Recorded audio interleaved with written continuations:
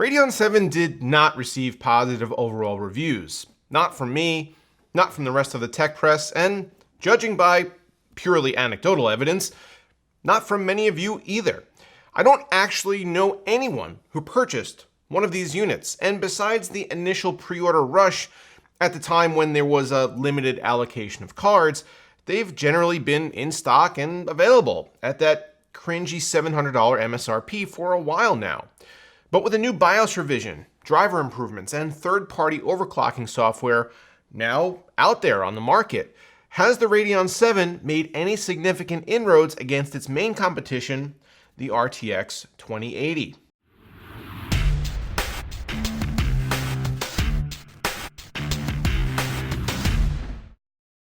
Even before we got to the performance results in our initial testing, the Radeon VII from AMD had a few strikes against it. First, people like variety, and there are no board partner variants of this graphics card on the market, and as it looks right now, there never will be. Second, it was loud. One of, if not the actual loudest GPUs I've had on my bench ever. And third, like previous Vega cards, it was power hungry, consuming more juice than comparable NVIDIA products. I'm sorry to say that the past 2.5 months hasn't changed any of that. There's only so much that you can change in software, and whiny fans isn't one of them. But I think most people are willing to overlook some of Radeon VII's shortcomings in the name of pure speed. Not to mention that there are a lot of you out there who are just looking for an excuse to buy anything that doesn't have NVIDIA GTX or RTX on it. And fortunately, driver optimization is absolutely something that can change gaming performance over time. About a week ago, AMD released their newest driver package, Adrenalin 19.4.2, and together with the fact that programs like MSI Afterburner and GPU-Z now recognize this card as something other than generic VGA adapter, I was confident that it was time to revisit AMD's most powerful consumer-facing desktop graphics product. As I've said previously on numerous occasions, I root for the success of products like this and for AMD in general, as good products with different approaches tend to drive the industry forward and push innovation. So I loaded up my test bench with 14 games and 2 workstation programs, and set out to compare my original Radeon VII pre-release testing data using press drivers against current Radeon VII stock performance, current Radeon VII overclock performance, and current RTX 2080 performance. As with my original test runs, the setup for all numbers you're about to see includes an i9 9900K in a Z390 RS Master motherboard with a 2x8GB kit of DDR4 3200, a Corsair H150i Pro CPU cooler, a Cooler Master V850 power supply, and a Western Digital Blue 1TB SSD. NVIDIA drivers 425.31 were used here as they were the most current at the time of testing. As far as overclocking the Radeon VII goes, I used MSI Afterburner and was able to dial in a stable core offset of 175 MHz and a memory offset of 200 MHz. This was verified in Unigine Heaven as I let the program loop continuously for almost an hour with no artifacting or crashes at all. I could push higher on the core, but this would only allow me to complete some of my tests while others crashed. Without even talking about performance data, this in and of itself was a huge victory for me, as the pre-launch press drivers and Ryzen Master utility wouldn't allow me to overclock at all. So it's nice to see some platform maturity. Our first set of charts shows comparisons going back to our original testing data set. If you take a look at original results versus our current numbers, you won't see much variation at all. Sure, some tests are a little higher or even a little lower, but overall this can be chalked up to test run variants, game patches, or other outside factors. For the most part, what I was seeing is very little, if any, difference to the numbers that we got in February.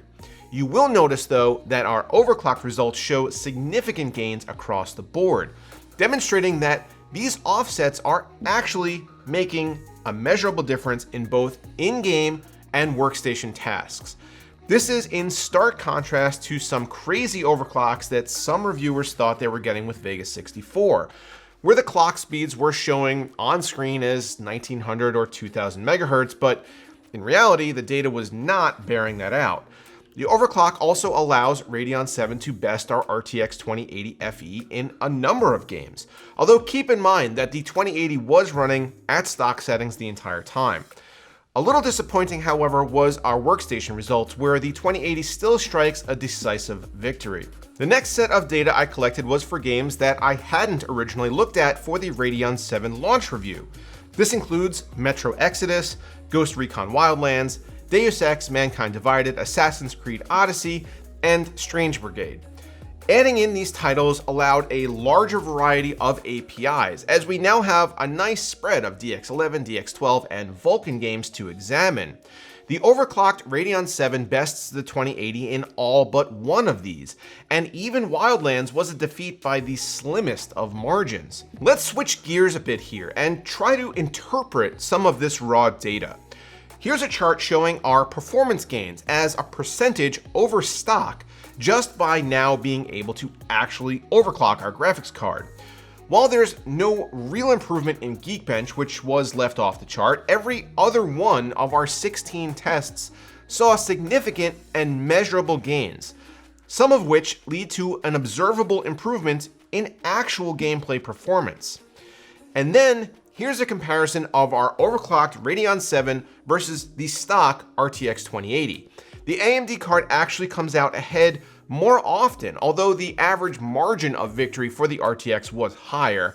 And again, overclocking the 2080 would heavily skew these numbers towards green. So is the Radeon VII now a must-buy or in the improved? Well, still no. Per AMD's release notes, it seems that the drivers published since launch have focused on improvements in specific games. And to be fair, Nvidia often does the same thing. However, this means that you're not going to see any wide sweeping gains that you can point at to say that this card is now an RTX killer. At stock settings, there's really no difference between day 0 and day 75. And that's a little disappointing. Even though there wasn't a whole lot of positive coverage of this product at launch, I think we were all rooting for it to ultimately succeed, to come from behind at the last minute like some cliched sports movie. It's a small victory that overclocking is a thing that exists now, because frankly it should have been around from the get-go. But those of you out there with a Radeon 7 who don't mind the fan noise or only ever game with a headset on or something, can now get equivalent or better performance to a 2080 in a good percentage of titles. Does this make it more appealing? Certainly, yes it does, although the argument to buy this over one of many RTX 2080 models available at the same $699 MSRP is weak and will likely come down to brand loyalty. If you absolutely have to have an AMD graphics card, or if you're doing work that absolutely needs that 16 gigs of HBM2, then the Radeon 7 is for you. Otherwise, probably not so much. Thanks for watching this Radeon 7 revisit, and although maybe we didn't get the results that we were hoping for, it was a fun exercise. I do want to get more use out of this card though, so in the interest of doing so, my next monthly build coming up next week will include this in an all AMD system. Get subscribed if you don't want to miss that, and as always guys, thanks for watching.